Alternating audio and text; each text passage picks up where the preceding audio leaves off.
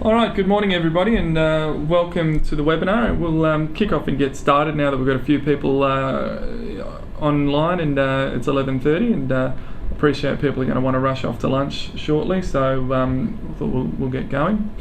So today's webinar is about how Holmesglen Institute expelled 300 contracts in 2 weeks.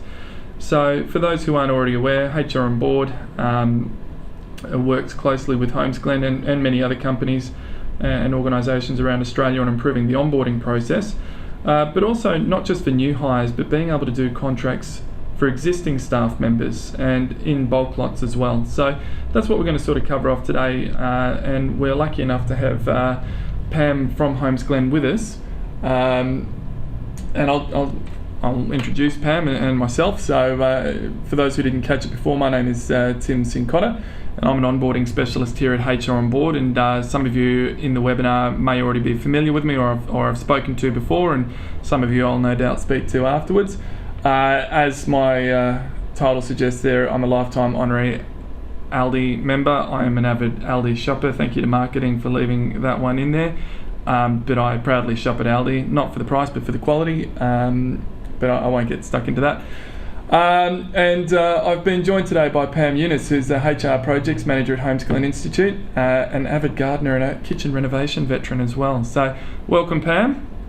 Welcome. Thank you. So look, let's go down and we'll sort of talk about what rehires are. And as I mentioned before, while a lot of you are familiar with HROnboard from a new hire point of view, what we're talking about today is rehires, or as we call it within HROnboard, our cross-boarding module. So the instances where we'd primarily use rehires consist of contract updates. So when we're updating a contract for an existing staff member, that can be any number of things. Frequently we'll find it's policy updates, as the second point puts there, just new conditions, internal mobility, which you can also see there, which is quite common with promotions, transfers. In aged care in particular, there is the need to issue a new contract every time somebody changes their hours or conditions, or for whatever reason it may be. And I guess the prime one today, which we'll cover off, is contract renewals, and that's when a contract comes to an end and we need to renew a contract for an existing staff member to keep them going, whether that's putting them on another fixed term contract or upgrading them to a permanent contract, whatever the case may be. So 300 contracts every year for Holmesglen, and this is for existing staff members, so contract updates.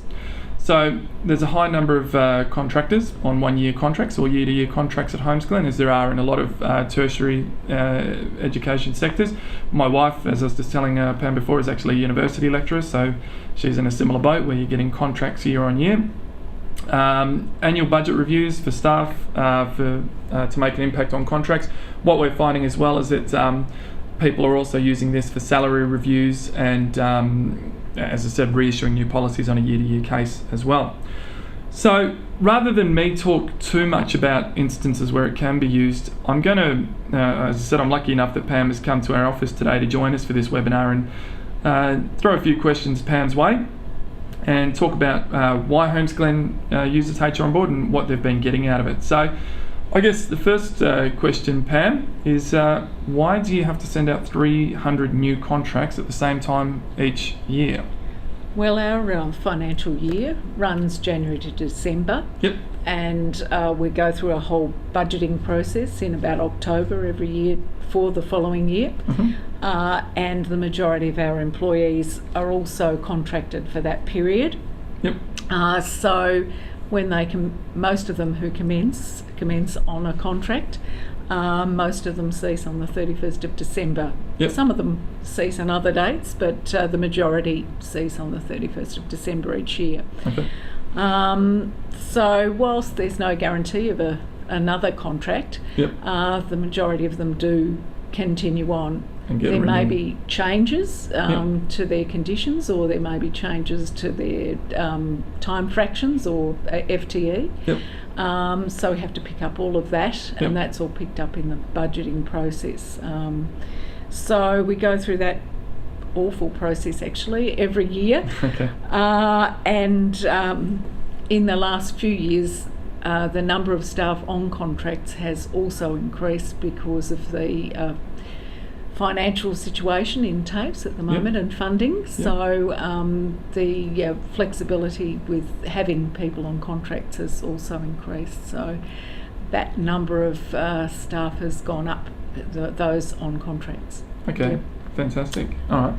And I guess when we get to that recontracting process, what's involved before you get to HROnboard? So before you even start putting these contracts together in HROnboard, what have you mentioned there that the budgets are done in October, and then you've got to get all this information together, or how does that sort of? Yeah, we download a lot of information from our payroll system about existing contract staff. In fact, all staff, rather not just contract staff, and that all goes to review in the budget process by faculty or departments. So faculty being the teaching areas and department being admin departments. And though that information is downloaded into an Excel spreadsheet with essentially one side of it being current information, the other side left blank for what's going to happen next year. So that goes through the budget process, and the deans and managers of the various areas come back to us with the expected situation for the following year. That has to go through an approval process where it's they sign it off, the budgets area signs it off, the executive director signs it off, and the chief executive signs them off as well. So it's quite a exhaustive process, and then every now and then there's a bit of a spanner in the works, and we go back to the beginning again. So it's a bit of a process. And then and then on top of that, once that's all done, you're having to do manual contracts. We were having to do manual contracts. So we would, as part of that, we would then set up templates for each of the different sorts of contracts. So a teacher would get a different contract than an admin person because of the different award conditions that they're under. So we have three different we have two main enterprise agreements, one for teachers and one for non-teaching staff, and then we have a few other modern awards and things. So they also had different styles of contracts, so they had to be incorporated. So we have to set up a template for each of those contracts. And one of our admin people spent a great deal of time setting up mail mergers manually from those Excel spreadsheets. So the probability of making a mistake, even just in spelling a name, for example, was always there with us. And whatever their FTE, all of the other conditions, she had to be able to see, okay, this is a teacher, that's that sort of contract, this is an admin person. So it was quite fraught, and there was an awful lot of checking that we had to do. Once they set those up, those templates, then of course we had to print them, and there was a cover letter, there was a contract, there was a position description that had to go with it, other information as well that all got attached, and then it had to be done in duplicate, and we used a stamp for the chief executive's signature. It was quite a process actually. It sounds like it. So, I mean, the next question, and there's so many that it could be, so many answers for this, but what were the main problems that made you say, and it sounds like a fairly exhaustive process in any case, but was there any sort of one or two key areas that made you think, you know what, we need a better solution for this, or we need to fix this? Well, it was the duplication. I suppose at the end of 2013, we sort of all went, that was awful. We just we don't want to have to do that again. And we went through a planning process where we just said, so what can we do? There was the duplication of tasks. Everybody was having to check. We were there weekends, late nights, trying to get them out, because time limits on this as well. Yeah, of course. Once the budget process is finished, we had to get all of those produced and out and back. So the administrative time was just horrendous.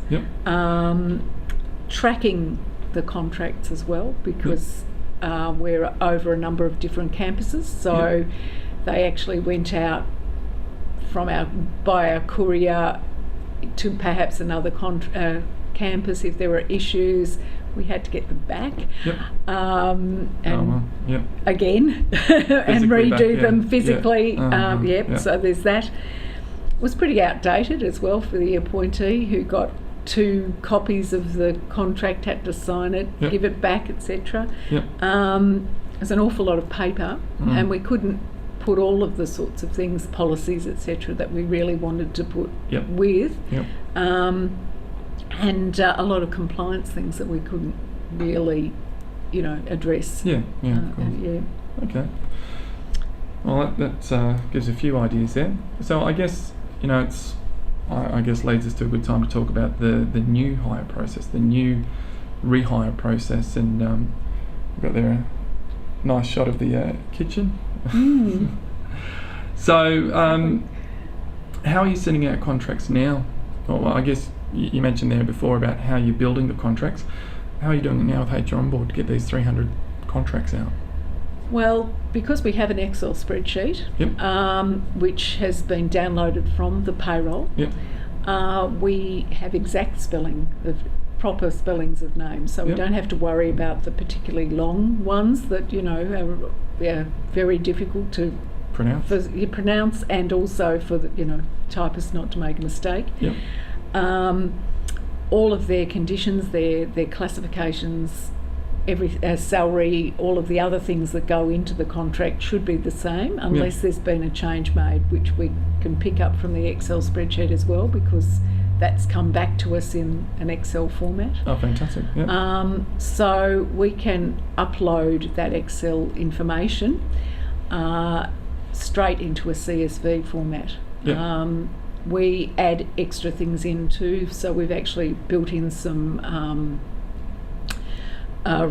things that will actually change some of the data, so that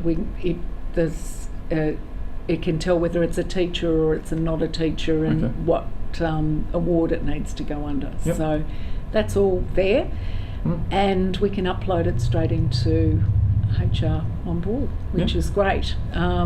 So there's that reduction in the possibility of making a mistake. We then just go into the contract itself and add anything that we need to add, and attach the position description, which is also then soft copy, which is great.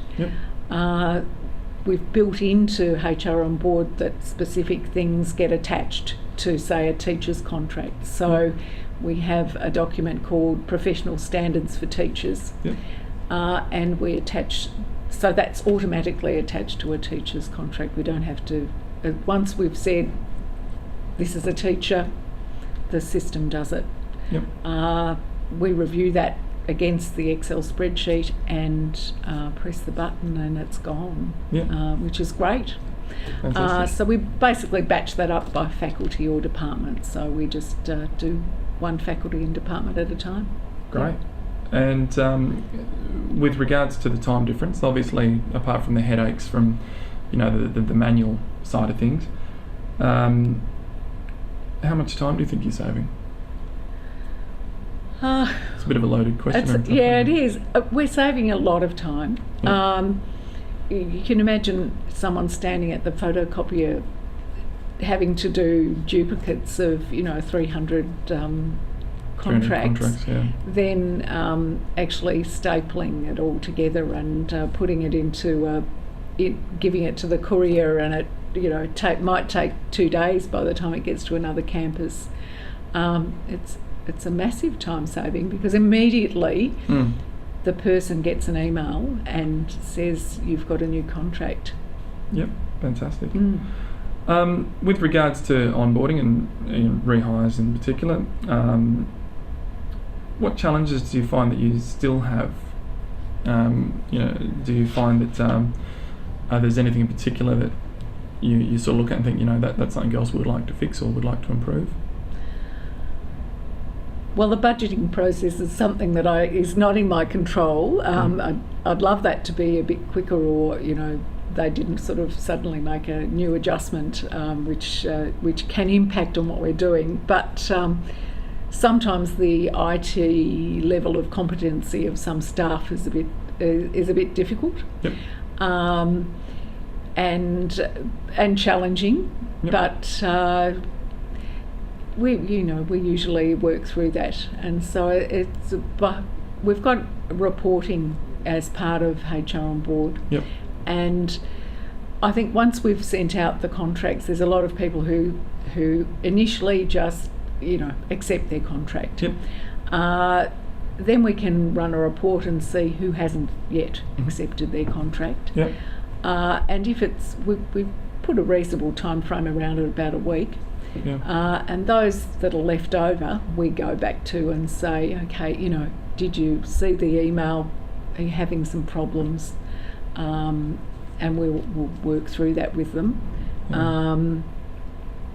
And then, that is the other issue, the small group of staff who perhaps aren't necessarily just having problems with the contract, the IT side of it, but the contracts themselves, and they'd be having further discussions about not being happy or whatever, but that's not a HROnboard problem. Yeah. And that's really all. We're moving on to some other sort of things in the future in terms of what then happens after the contract, so it's great. Okay. Yep. Now, don't be biased here because you're in the HROnboard office. Feel free to answer this as honestly as you like. How have you found working with the HROnboard team? Well, actually, I spoke to Alyssa, who works very closely with the HROnboard team, much more so than I do. Yep. And in fact, she was on the phone to them yesterday. Yes. And she said, they're very supportive, responsive, and a pleasure to work with. Good. Basically, I said, so give me an example. And she said, well, look, any queries that she's got are rectified very promptly. Excellent. And so she gave an example of when we have to update documents. So, for example, we have a copyright booklet that we upload with our information. Obviously, in the teaching area, we have to be very careful that we don't, or our teachers don't breach any copyright rules.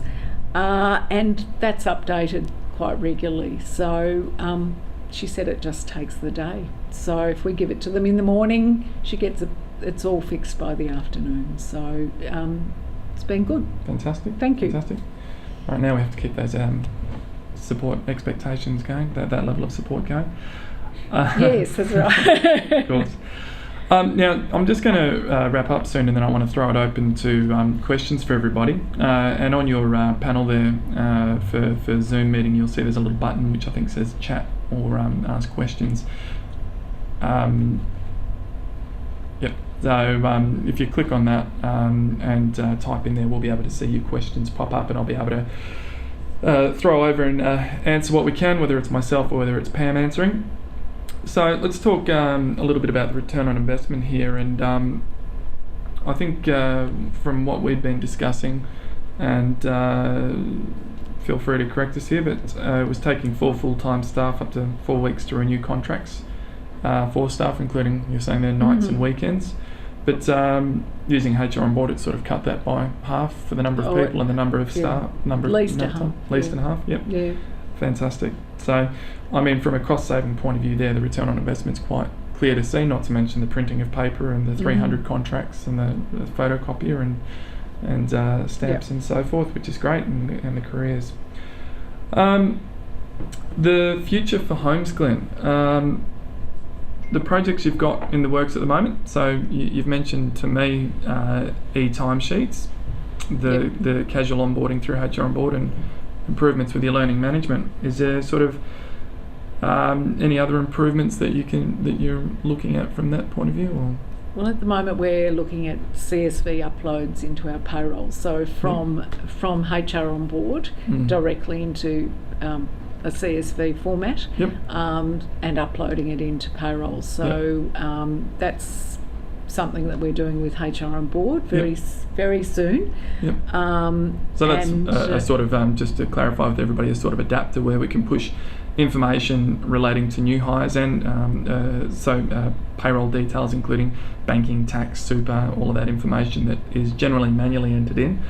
We can push into a CSV format into most payroll systems, and in some cases there's an automated option available as well. So we're looking forward to that. Casual contracts, at the moment we're basically doing all of our contracts, both new and renewed contracts for full-time and part-time staff, but and not casuals.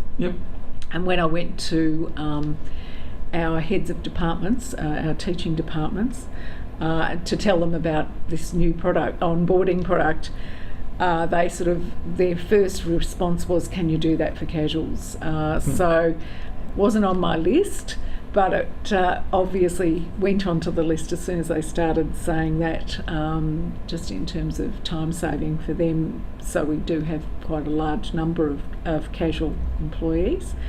And so we'll be working through that this year. Great.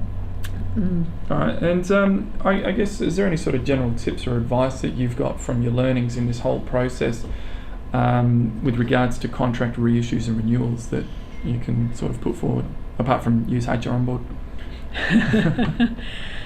Well, I think it's just use this sort of product or any sort of technology to streamline your processes. It just saves you time. It adds value as well, because you can add policies and things that you wouldn't necessarily be able to do if you were doing it manually and paper, because and it's always nice to be refreshing people's memories about codes of conduct or whatever. You can always say, yes, well, you did have that attached to your contract, it was there, you had to sign off on it. It makes a big difference, I think, to the whole thing, because you can't do that if you're having to do that many manual contracts. It's just not possible. Fantastic. All right. Well, look, we'll throw it open to questions from the room now. So I've got a couple have popped up already.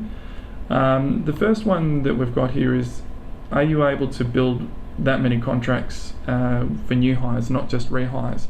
So obviously the example we've given today is within our contract update module, or cross-board module, which Pam and the team at Holmesglen have been using. But yes, that is available. You can build contracts in bulk in the same way for new hires as you would for contract updates, and that's a very similar process. It's just a different workflow follows from there. The second one, which popped up, and I guess before Pam actually mentioned there about what they're looking to do with their CSV integration, was can we integrate with payroll?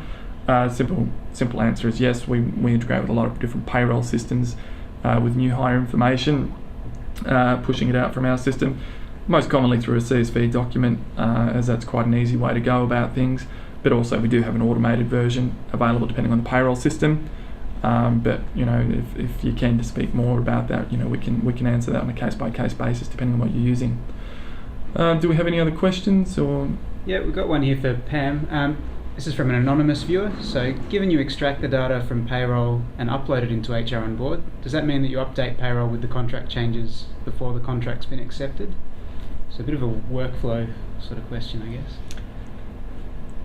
So once the contract goes out, you mentioned there, we need to update this person now that they've got a new contract.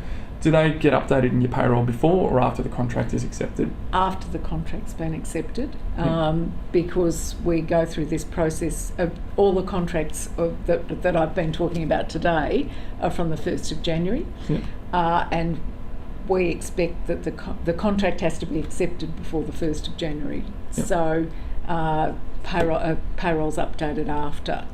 The changes, we do download the information from payroll, but any changes are put into that Excel spreadsheet by the faculties or departments and verified off by budgets, and we pull the changed data up into the CSV format. Fantastic. Okay, I've also got one from Monique. This is probably one for you, Tim. Can you tell us more about the acceptance process? Do they send you a signed acceptance? How's the compliance component like? Thank you. For everybody wondering who that voice is that's just popped up, that's Ben, our marketing manager, who's our producer in today's webinar. So from a compliance point of view, it is a digital acceptance. So we don't actually collect physical signatures on employment contracts. So there's various laws within Australia, and I'm happy to discuss that further with anybody that would like to go into it. But digital acceptance is just as recognised, if not more so, in some cases, than a physical signature. HROnboard has various verification methods throughout the process to verify identity, which include email verification, but also SMS verification in order to get legal compliance. So there's more information about that on our website. I won't go into the full details of the Electronic Compliance Act 1999, but we've got it well covered. And to sort of make it a little easier for you as well, we do have government departments, state governments as well, and local governments using this particular product, and even legal firms have given it the thumbs up before they've decided to use an electronic onboarding tool. All right, fantastic. So look, thank you everybody for attending today. It was a great turnout.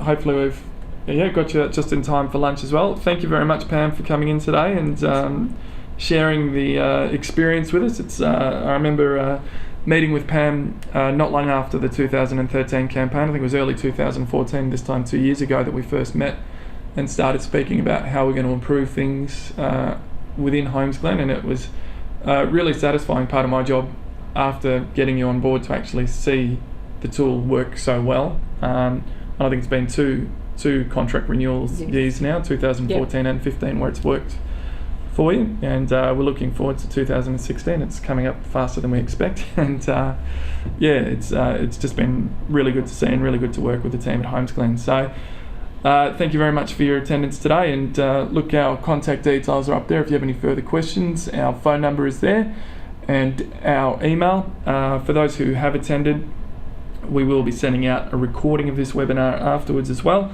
and also for those who couldn't make it. So if you've got any colleagues who couldn't make it, we'll have that recording ready for them as well. All right, well, thank you very much, everybody, and we'll look forward to seeing you next time around. Cheers. Bye.